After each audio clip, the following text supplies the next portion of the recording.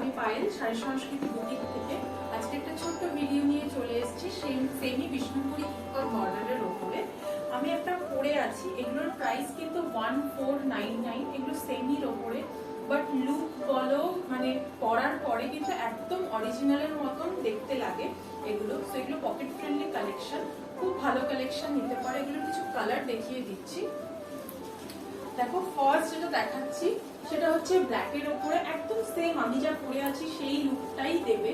এগুলো একদম সেমি বিষ্ণুপুরি ইকট বর্ডার, ভীষণ ডিমান্ডিং কালেকশন। নেক্সট যেটা কালারটা দেখাবো, দেখো এই যাচ্ছে নেক্সট কালারটা, প্রাইস কিন্তু থাকছে 1499। আরো দুটো কালার দেখাবো। নেক্সট যে কালারটা দেখাবো, দেখো ভীষণ সুন্দর কালেকশন।